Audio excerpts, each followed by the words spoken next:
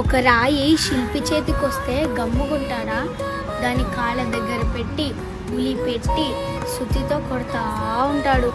అస్సలు కనికరమే లేకుండా ఫటా అని బాత్తనే ఉంటాడు. అస్సలు జాలే పడడు. అతను కోరుకునే షేప్ వచ్చేంత వరకు దాన్ని వదలడు. అది షేప్ రాగానే ఇంకా కొట్టడు. ఎందుకంటే ఇంకొక దెబ్బ వేసినా అది షేప్ అవుట్ అవుతుంది. షేప్ వచ్చాక ఒక్క దెబ్బ పడినా ప్రాణం విలవిలాడుతుంది.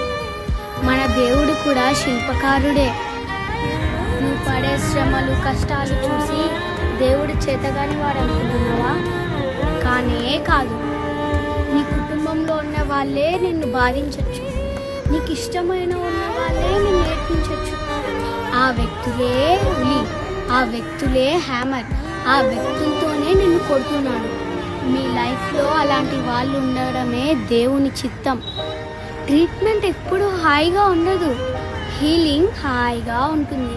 శిల్పకారుడు కాళ్ళ దగ్గర కొడితే హాయిగా ఎలా ఉంటుంది?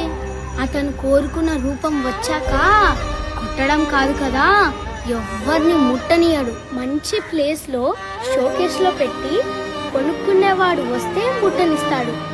లేకపోతే అలా చేతులు వేయకండి చూడండి అంటాడు. నిన్ను ముట్టడానికి కూడా దేవుని పర్మిషన్ కావాలి. ఆ రోజు వస్తుంది తప్పకుండా. ప్రాసెస్లో ఉన్నావు నీవు. నిన్ను ఆశీర్వాదకరముగా మార్చడానికి జరుగుతున్న ప్రాసెస్ ఇది. నువ్వు బాధపడుతుంటే బిర్యానీ తినే వాళ్ళు ఉంటారు, నువ్వు ఏడుస్తుంటే నవ్వుకునే వాళ్ళు ఉంటారు. కానీ నా దేవుడు నలిగిన ప్రాణాన్ని అలక్ష్యం చెయ్యడు.